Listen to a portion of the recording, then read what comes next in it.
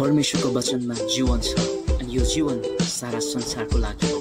यसकारण परमेश्वरको यो जीवन भएको वचनलाई पृथ्वीको पल्लो छेउसम्म पुर्याउनको लागि हामी उभिएका छौँ।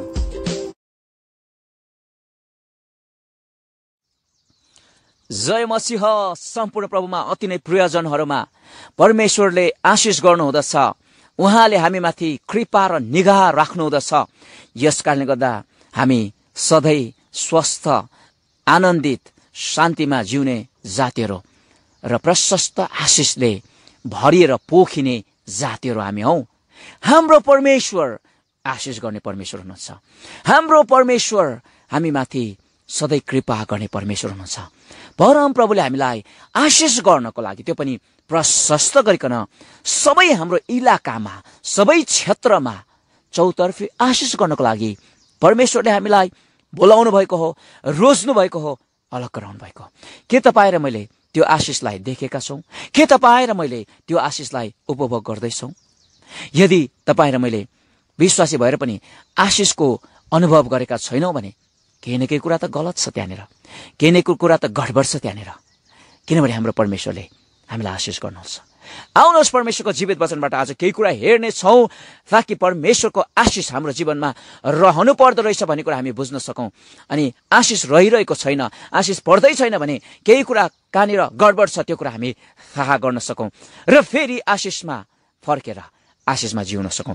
तपाईँहरूको बीचमा म परमेश्वरको जीवित वचन पहिलो इतिहासको पुस्तक 26 अध्यायको 4, 5 र 6 पद, यो तीनवटा पदहरू म पढ्नेछु। पहिलो इतिहासको पुस्तकबाट पढ्दैछु।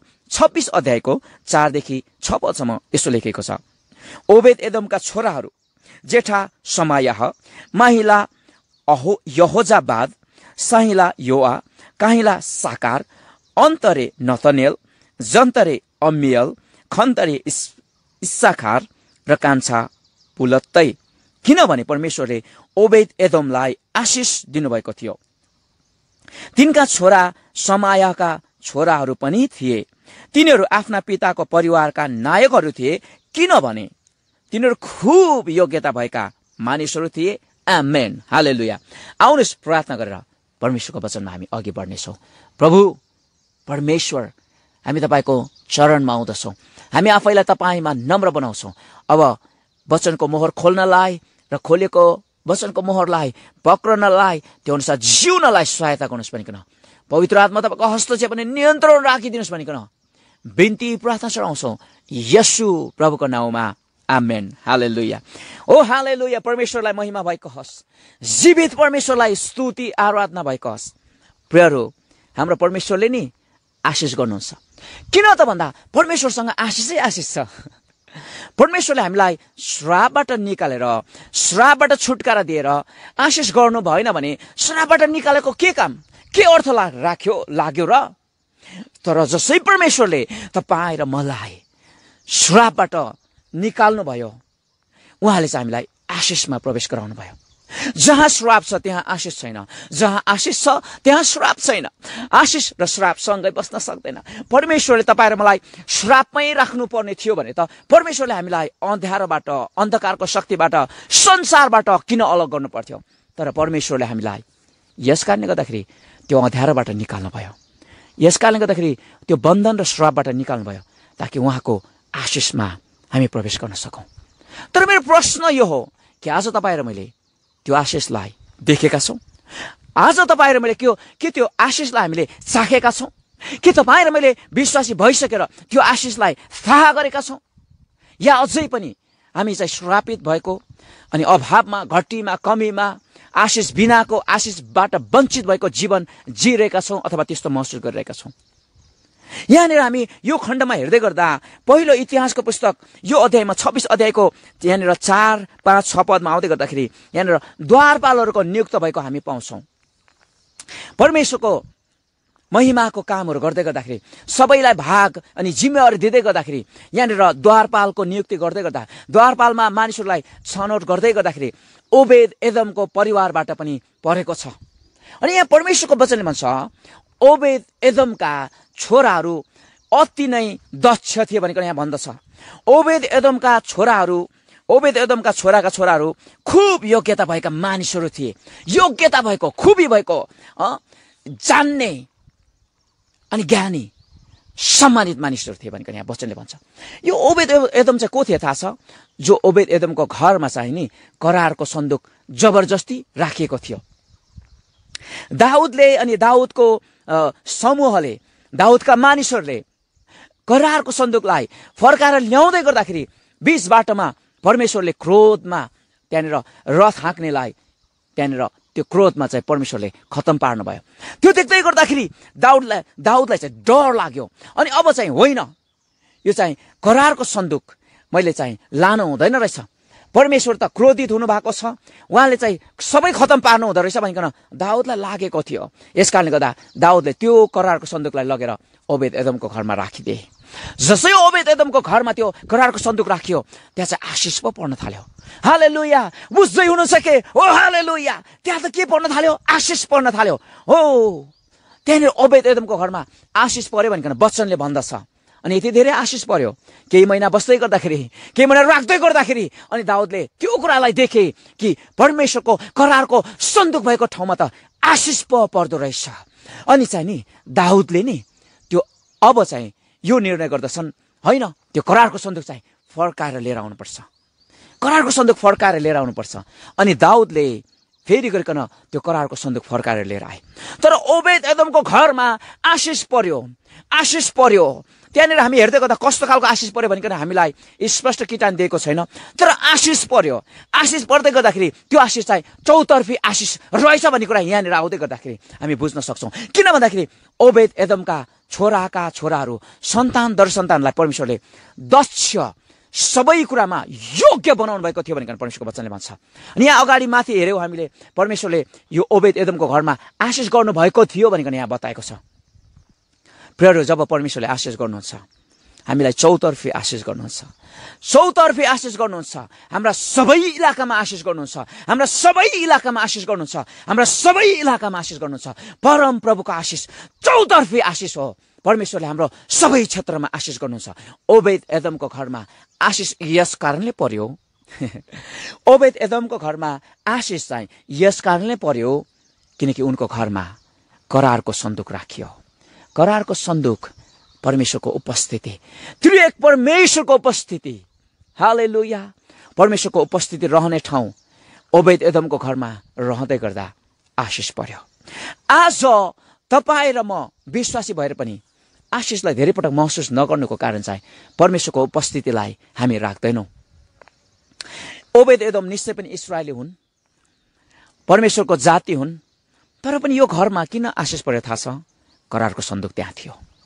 आज हामी विश्वासी हौँ, विश्वासी आशिष पाउनै पर्ने हो, औपचारिक रूपमा, कानुनी रूपमा, किनकि येशूले तपाईँ र मलाई कानुनी रूपमा आशिष दिनको लागि उहाँले तपाईँ र मलाई छुटकारा दिनुभएको हो, बचाउनु भएको हो। तर पनि जब परमेश्वरको उपस्थितिमा हामी जिउँछौँ, परमेश्वरको व्यवस्थामा हामी चल्छौँ, परमप्रभुको वचनमा हामी जिउँछौँ, तपाईँ र मेरो जीवनमा, तपाईँ र मेरो घरमा, तपाईँ र मेरो परिवारमा जब परमेश्वरको वचन हुन्छ त्यहाँ आशिष पर्छ। त्यो आशिष पर्दै गर्दाखेरि चौतर्फी आशिष पर्छ। आमेन भन्नुहोस्, हालेलुया भनौँ यो बेलामा त। हो हालेलुया, हालेलुया।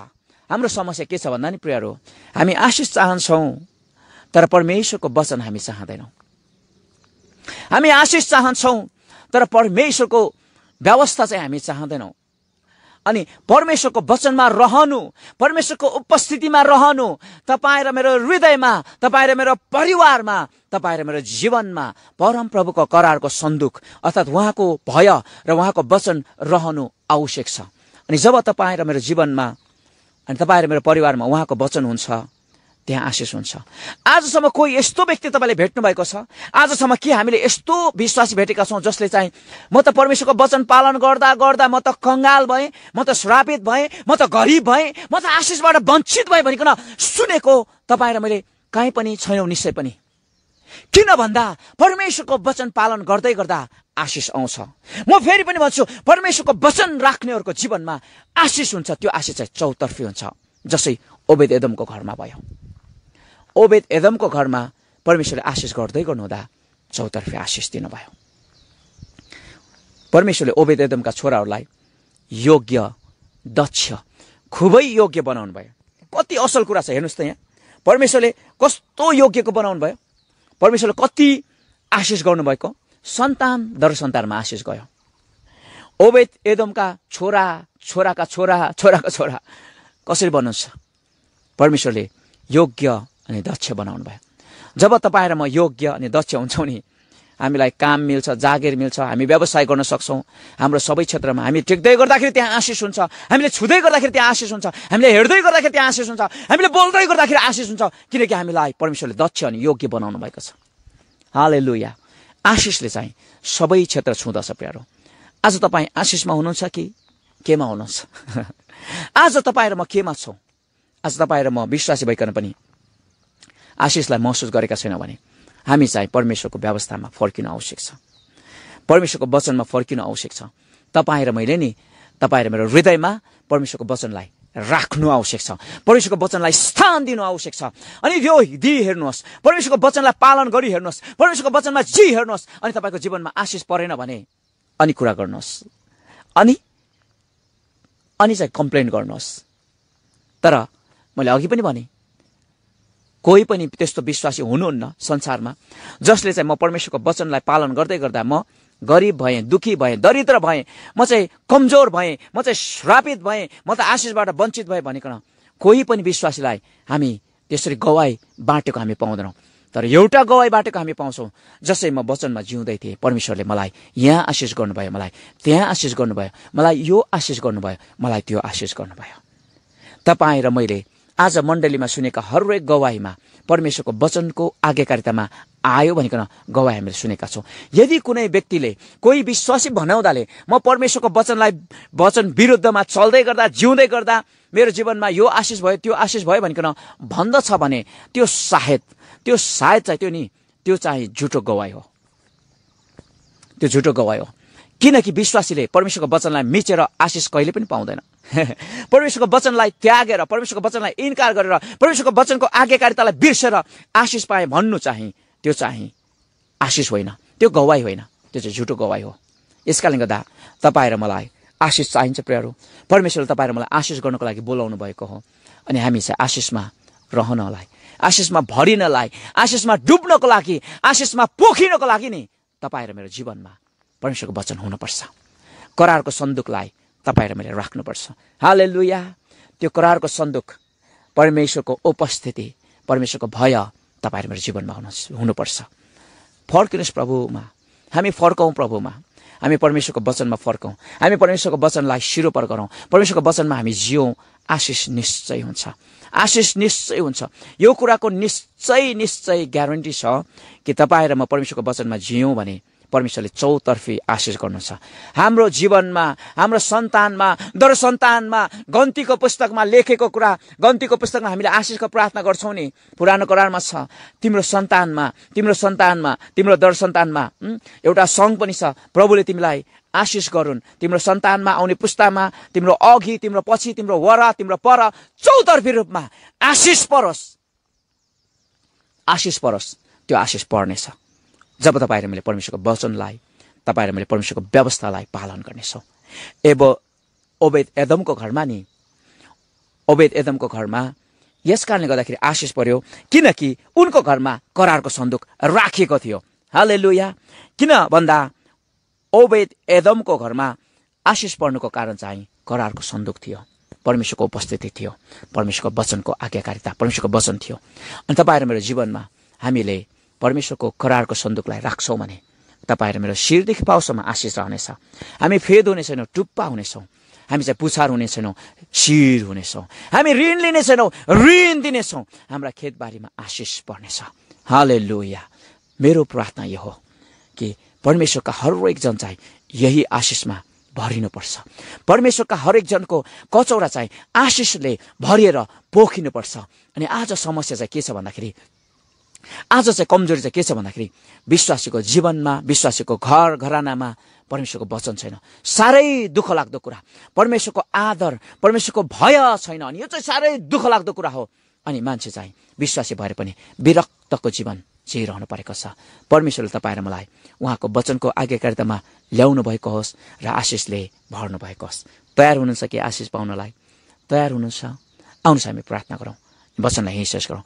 प्रभु, हामीलाई आशिष गर्नलाई, आशिष दिनलाई प्रतिज्ञाको देशमा बोलाउनु हुने हामी तपाईँलाई धन्यवाद दिन्छौँ।